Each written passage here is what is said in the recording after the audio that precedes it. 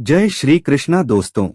द्रौपदी के पिता ने ही अपनी पुत्री के लिए मांगा था चीरहरण जैसा अपमान और मांगा जीवन भर के लिए दुख।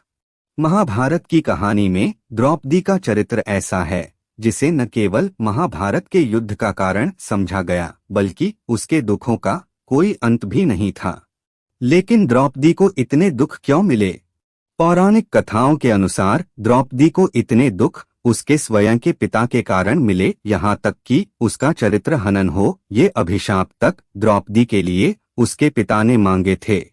लेकिन उन्होंने ऐसा क्यों किया, चलिए जानते हैं। द्रौपदी का भरी सभा में अपमान होना महाभारत जैसे वीभत्स युद्ध का कारण बना, लेकिन महाभारत में यह एकलौता दुख नहीं था जिससे द्रौपदी गुजरी, बल्कि उसके जीवन में कई और भी दुख थे। एक तरह से उसका पूरा जीवन ही दुखों से भरा था। उसे न तो पिता का सुख ठीक से मिला, न पति का और न पुत्रों का। भरी सभा में अपमान हुआ सो अलग। लेकिन द्रौपदी के लिए ये सारे अपमान उसके पिता द्वारा मांगे गए थे। लेकिन उन्होंने ऐसा क्यों किया था? अपनी ही बेटी के लिए दुख क्यों मांगे? तो चलिए जानते हैं। जब द्रुपद ने किया गुरु द्रोणाचार्य का अपमान। गुरु द्रोणाचार्य और द्रौपदी के पिता द्रुपद आश्रम के समय से ही साथी थे। बाद में द्रुपद राजा बने और द्रोणाचार्य बालकों को शिक्षा देने लगे। जब द्रोणाचार्य को अश्वत्थामा हुए तो वह इतने गरीब थे कि अपने पुत्र के लिए दूध का भी इंतजाम नहीं कर पाते थे। इसलिए एक दिन उन्होंने अपने मित्र द्रुपद से मदद लेने की सोची, लेकिन द्रुपद ने उनके गरीब होने का मजाक उड़ाया। वह उन्हें अपमानित करते हुए बोला कि एक राजा और भिखारी कभी मित्र नहीं हो सकते। द्रोणाचार्य ने उसी दिन से द्रुपद को बर्बाद करने की कसम खा ली और इसलिए वह पांडव और कौरव के गुरु बने। जब पांडव और कौरव राजकुमारों की शिक्षा पूर्ण हो गई तो उन्होंने द्रोणाचार्य को गुरु दक्षिणा देना चाहा। द्रोणाचार्य को अपने अपमान का स्मरण हो आया और उन्होंने राजकुमारों से गुरु दक्षिणा के तौर पर पांचाल नरेश द्रुपद को बंदी बनाने की मांग की। गुरुदेव के कहने पर सभी राजकुमार द्रुपद को बंदी बनाने निकल पड़े।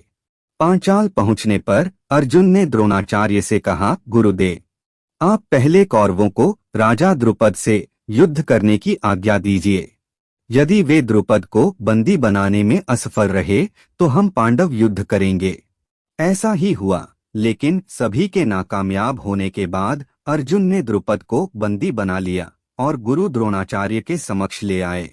अर्जुन ने उनके आधे राज्य को भी जीतकर अपने गुरुदेव को दे दिया। द्रुपद बंदी बनकर शर्मिंदा था। उसने द्रोणाचार्य से क्षमा मांगी।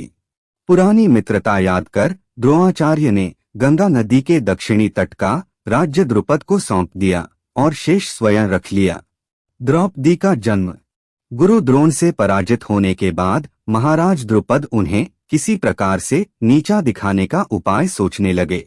एक बार उनकी मुलाकात याज तथा उपयाज नामक महान कर्मकांडी ब्राह्मण भाइयों से हुई, जिससे राजा द्रुपद ने द्रोणाचार्य को मारने का उपाय पूछा।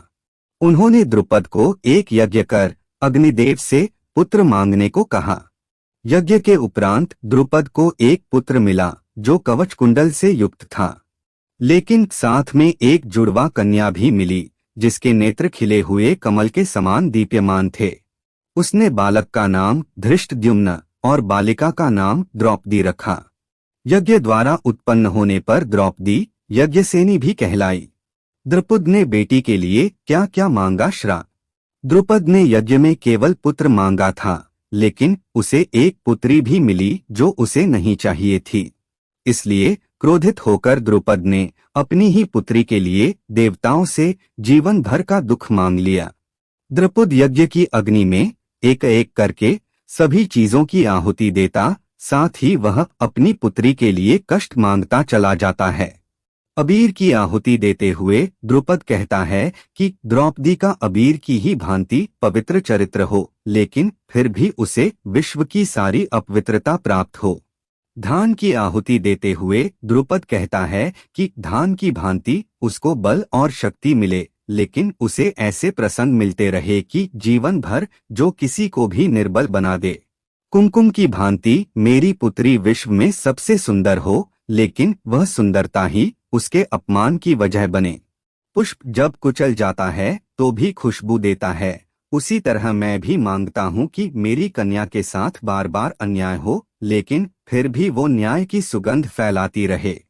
द्रुपद की इतनी नफरत के बाद भी बाद में वो द्रपद की वो लाडली संतान भी बनी, लेकिन उसे जीवन में कई कष्टों का सामना करना पड़ा। तो दोस्तों, आज की इस वीडियो में द्रौपदी की यह कथा आपको कैसी लगी, हमें कमेंट बॉक्स में लिखकर जरूर बताना। और चैनल पर नए हो तो चैनल को सब्सक्राइब कर देना और वीडियो को अपने दोस्तों और परिवार वालों को जरूर शेयर करें। जय श्री कृष्णा, राधे राधे।